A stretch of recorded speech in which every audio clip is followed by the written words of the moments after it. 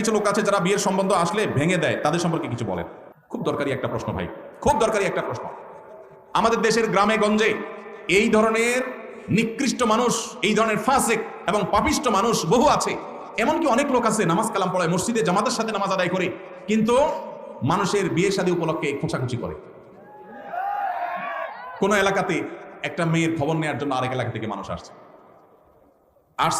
এলাকাতে আপনাকে পাইছে একটা পুকুরের ঘাটে উজু করতেছেন, দেখছে যে মসজিদের পুকুরের ঘাট উজু করতেছে, বেচারা নামাজি মানুষ, জিজ্ঞাসা করছেন, ভাই সালাম আলাইকুম, আপনাদের এলাকায় অমুক মেয়েটা সম্পর্কে কিছু জানেন কি?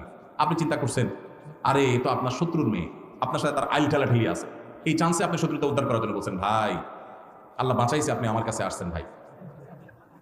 এই বইলা যে আপনি একটা শয়তানি শুরু করে দিলেন, আস্ত ডাহা ডাহা মিথ্যা কথা বলে ওই বিয়েটা ভাঙে দিলেন।